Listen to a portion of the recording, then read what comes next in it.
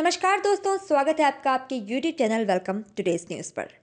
Corona का सबसे तेज mutation वाला वेरिएंट ओमिक्रॉन भारत में पहुंच गया है। स्वास्थ्य मंत्रालय ने 2 दिसंबर को कर्नाटक में 2 ओमिक्रॉन केस पाए जाने की पुष्टि की है। दुनिया में तहलका मचाने वाले डेल्टा वेरिएंट से भी ज़्यादा म्यूटेशन वाले ओमिक्रॉन को वर्ल्ड हेल्थ ऑर्गेनाइजेशन पहले ही वेरिएंट ऑफ कंसर्न घोषित कर चुका है। 24 नवंबर को साउथ अफ्रीका में पहला केस मिलने के बाद से एक हफ्ते के अंदर ही भारत, अमेरिका, जर्मनी, फ्रांस समेत दुनिया के 29 देशों में ओमिक्रॉन के केस मिल चुके हैं। दरअसल ओमिक्रॉन वर्ल्ड हेल्थ ऑर्गेनाइजेशन की तरफ से वेरिएंट ऑफ कंसर्न की लिस्ट में शामिल किया गया 5वां कोविड-19 वेरिएंट है। इससे पहले अल्फा, बीटा, गामा और डेल्टा को वेरिएंट ऑफ कंसर्न माना गया था। कोविड-19 वायरस के नए वेरिएंट ओमिक्रॉन के तेजी से म्यूटेशन की क्षमता ने पूरी दुनिया को चिंता में डाल दिया। इस नए वेरिएंट को कुछ महीनों पहले पूरी दुनिया में तबाही मचा चुके डेल्टा से भी ज़्यादा खतरनाक बताया जा रहा है, क्योंकि ओमिक्रॉन में अब तक 50 म्यूटेशन हो चुके हैं। आइए जानते हैं ओमिक्रॉन की भारत में एंट्री देश के लिए कितनी खतरनाक है। किन लोगों को है ओमिक्रॉन से सबसे अधिक खतरा? क्यों भारत जैसे कम वैक्सीनेटेड देशों को अधिक खतरा है? वैक्सीन कंपनी मॉडर्ना ने क्या चेतावनी दी है? और ओमिक्रॉन के लिए क्या नए वैक्सीन की ज़रूरत होगी? भारत के लिए कितना खतरनाक हो सकता है ओमिक्रॉन? ओमिक्रॉन के केस उन लोगों में भी पाए गए हैं जो पूरी तरह वैक्सीनेटेड थे। ऐसे में यह भारत जैसे विशाल देश के लिए चिंता की बात हो सकती है। भारत में अब तक कुल 1 अरब 25 करोड़ से अधिक कोरोना की डोज लगाई गई है। इनमें से 79 करोड़ से अधिक लोगों को कोरोना की सिंगल डोज लग चुकी है, जबकि 46 करोड़ से अधिक लोगों को ही कोरोना की दोनों डोज लगी हैं। भारत की महज 32% आबादी का ही फुली वैक्सीनेटेड होना हमारे लिए चिंता की बात है। भारत में करीब 12 करोड़ लोग ऐसे भी हैं जिन्होंने दूसरी डोज की तारीख निकल जाने के बावजूद भी टीका नहीं लगवाया है। ऐसे लोगों की लापरवाही भी ओमिक्रॉन जैसे कोरोना के नए वेरिएंट के फैलने पर खतरनाक साबित हो सकती है। साथ ही तेज म्यूटेशन की वजह से ओमिक्रॉन पर वैक्सीन का असर नहीं होने की बात कही जा रही है। अगर ऐसा हुआ तो भारत की मुश्किलें बढ़ सकती हैं। किन लोगों को है ओमिक्रॉन से सबसे अधिक खतरा? कोरोना के अन्य वेरिएंट की तरह ही ओमिक्रॉन से भी सबसे अधिक संक्रमण का खतरा उन लोगों को है जिन्होंने अब तक कोरोना वैक्सीन की एक भी डोज नहीं लगवाई है। ध्यान देने वाली बात यह है कि ओमिक्रॉन अगर वैक्सीनेटेड लोगों को हो सकता है, तो ऐसे लोग जिन्होंने कोरोना की सिंगल डोज ली है या अभी तक एक भी डोज नहीं ली है, उन्हें इससे संक्रमित होने का खतरा कई गुना अधिक है। भारत में क्यों है कम जीनोम सीक्वेंसिंग से ओमिक्रॉन फैलने का खतरा? बता दें, भारत में कोरोना के इस नए वेरिएंट की पहचान के लिए ज़रूरी जीनोम सीक्वेंसिंग की बेहद धीमी रफ्तार भी ओमिक्रॉन को पहचानने में मुश्किल खड़ी कर सकती है।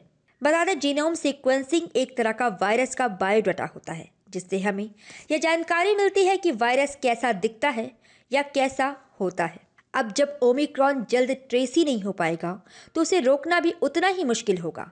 ऐसे में देश में एक और कोरोना का लहर का खतरा पैदा हो सकता है। भारत में डेल्टा की वजह से दूसरी लहर आई थी। ओमिक्रॉन को उससे कई गुना अधिक संक्रामक कहा जा रहा है। ऐसे में बिना जीनोम सीक्वेंसिंग बढ़ाए ओमिक्रॉन पर नियंत्रण मुश्किल होगा। ओमिक्रॉन पर क्यों बेअसर हो सकती है मौजूदा वैक्सीन? ओमिक्रॉन को अब तक का सबसे तेज म्यूटेशन वाला वायरस कहा जा रहा है। WHO ने इसे वेरिएंट ऑफ कंसर्न की कैटेगरी में रखा है। इसके स्पाइक प्रोटीन में ही 30 म्यूटेशन हो चुके हैं। दरअसल स्पाइक प्रोटीन के जरिए ही वायरस इंसान की कोशिकाओं में घुसने के रास्ते को खोलता है। वैक्सीन स्पाइक प्रोटीन के खिलाफ ही एंटीबॉडी तैयार करके शरीर को इसके खिलाफ लड़ने के लिए तैयार करती है। ओमिक्रॉन के स्पाइक प्रोटीन में ज़्यादा म्यूटेशन की वजह से इस बात पर चिंता व्यक्त की जा रही है कि मौजूदा वैक्सीन इसके खिलाफ कितनी कारगर होगी। साथ ही मौजूदा वैक्सीन को चीन के वुहान में सामने आने वाले ओरिजिनल कोरोना वायरस स्ट्रेन के हिसाब से तैयार किया गया है, जबकि ओमिक्रॉन का स्ट्रेन इससे एकदम अलग है।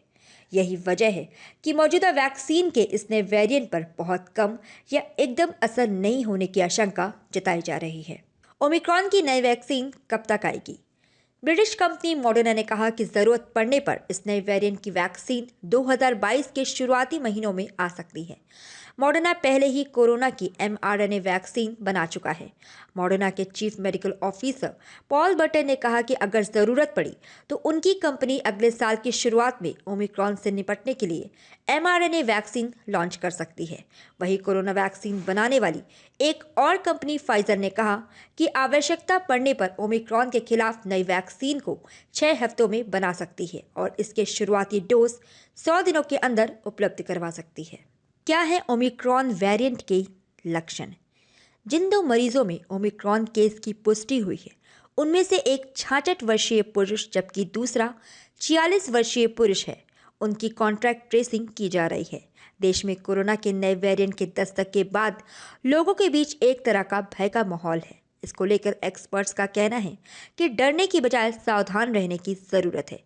आइए जानते हैं इसके लक्षण और ज़रूरी एहतियातों के बारे में। बीबीसी की एक रिपोर्ट के मुताबिक डॉक्टर एंजेलिके कोएट्जी ने दक्षिण अफ्रीका में सबसे पहले ओमिक्रॉन वेरिएंट की पहचान की है।